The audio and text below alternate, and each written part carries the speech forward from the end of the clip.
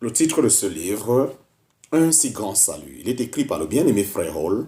Nous sommes présentement à la 18e partie de ce livre. Je répète, nous sommes présentement à la 18e partie de ce livre. Chapitre 8, petit 3. Chapitre 8, petit 3. La vivification par le Père, le Fils et le Saint-Esprit. Jean chapitre 5, verset 21.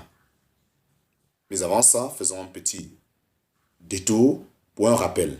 Dans la parole, on trouve d'ailleurs des expressions similaires pour décrire ces deux actions de l'esprit. En Ézéchiel chapitre 37, le souffle, identifié à l'esprit par comparaison des versets 9 et 14, communique la vie à Israël. En Jean chapitre 3, le vent qui souffle où il veut est une image de l'esprit qui produit la nouvelle naissance. Il convient donc de ne pas séparer ces deux opérations de l'esprit, bien que nous puissions les distinguer pour en saisir les bénédictions variées. La parole de Dieu le fait dans ces chapitres d'Ézéchiel et dans l'évangile selon Jean, où nous trouvons la nouvelle naissance au chapitre 3 et la vivification au chapitre 5. Chapitre 8, petit 3, chapitre 8, petit 3, la vivification par le Père, le Fils et le Saint-Esprit. Jean chapitre 5, verset 21, Jean chapitre 6, verset 63. Le chapitre 5 de Jean commence par la guérison d'un homme infirme. Un courant de la vie semble pénétrer dans ses membres. Il prend son petit lit et marche. Le Seigneur étant alors obligé de répondre à l'opposition des Juifs, parle des œuvres qu'il fera et qui seront beaucoup plus grandes que cette guérison.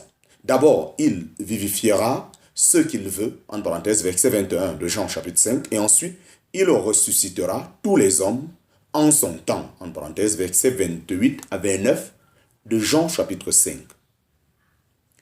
La vivification est différente de la résurrection, en parenthèse, encore appelée réveil au verset 21 de Jean chapitre 5. La vivification concerne uniquement ceux qui entendent la voix du Fils de Dieu sur le plan spirituel. Ils passent de la mort à la vie. Par contre, la résurrection est pour tous ceux qui sont dans les sépulcres et qui redeviendront des êtres animés. Ils entendront cette même voix et sortiront à des moments différents, certains en résurrection de vie et d'autres en résurrection de jugement. À la lumière de ce chapitre 5 de l'Évangile selon Jean, la vivification apparaît comme l'aspect le plus profond de l'œuvre de Dieu en nous. Son importance est telle que le Père et le Fils agissent ensemble pour l'opérer. Comme le Père réveille les morts, il les vivifie, de même aussi le Fils vivifie ceux qu'il veut. En parenthèse, verset 21 de Jean chapitre 5. Le jugement, par contre, est entièrement laissé entre les mains du Fils parce qu'il est devenu homme. Dans le don de la vie, le Fils agit profondément à sa propre volonté sur un pied d'égalité avec le Père et, s'il est utile de l'ajouter, dans la plus parfaite communion avec lui. Comme le Père, il a la vie en lui-même, en parenthèse, verset 26 de Jean chapitre 5, voit aussi Jean chapitre 1, verset 4. Il est un esprit vivifiant, en parenthèse, 1 Corinthiens chapitre 15, verset 45. Il vivifie par le moyen de sa parole. Il vivifie par le moyen de sa parole.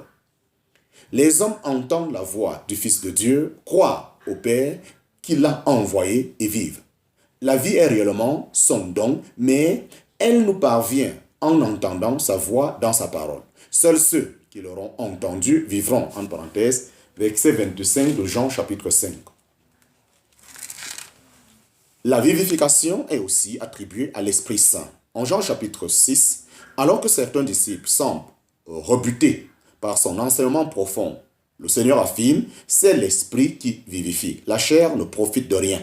Les paroles que moi, je vous ai dites sont esprit et sont vie. En parenthèse, verset 63 de Jean chapitre 6. Si riche que soit l'enseignement du Seigneur, il s'accompagne d'une action de l'Esprit pour que s'accomplisse la vivification des auditeurs. Ainsi, nous pouvons dire à la lumière de ces chapitres 5 et 6 de l'Évangile selon Jean que les trois personnes de la diété, Père, Fils et Saint-Esprit, sont impliquées dans la vivification d'êtres tels que nous. Amen. Alléluia. Chapitre 8, petit 4. Chapitre 8, petit 4. Vivifier ensemble avec le Christ. Éphésiens chapitre 2, verset 5, Colossiens chapitre 2, verset 13. Vivifier ensemble avec le Christ. Éphésiens chapitre 2, verset 5, Colossiens chapitre 2, verset 13. En Éphésiens 2, verset 5 et Colossiens chapitre 2, verset 13, nous lisons que nous avons été vivifiés ensemble avec le Christ. Nous étions morts dans nos fautes et nos péchés, en parenthèse, Éphésiens chapitre 2, verset 1. Nous étions morts dans nos fautes et dans l'incirconcision de notre chair, en parenthèse, Colossiens chapitre 2, verset 13. Il ne fallait pas moins que la vivification pour régler notre cas. Toutefois, il n'était pas nécessaire que nous fussions vivifiés ensemble avec le Christ. Cette association avec Christ est un fruit des conseils d'amour de Dieu.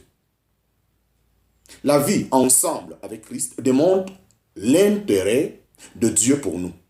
Il ne nous offre pas seulement la délivrance d'un fâcheux état, il nous donne une vie et la meilleure qui soit.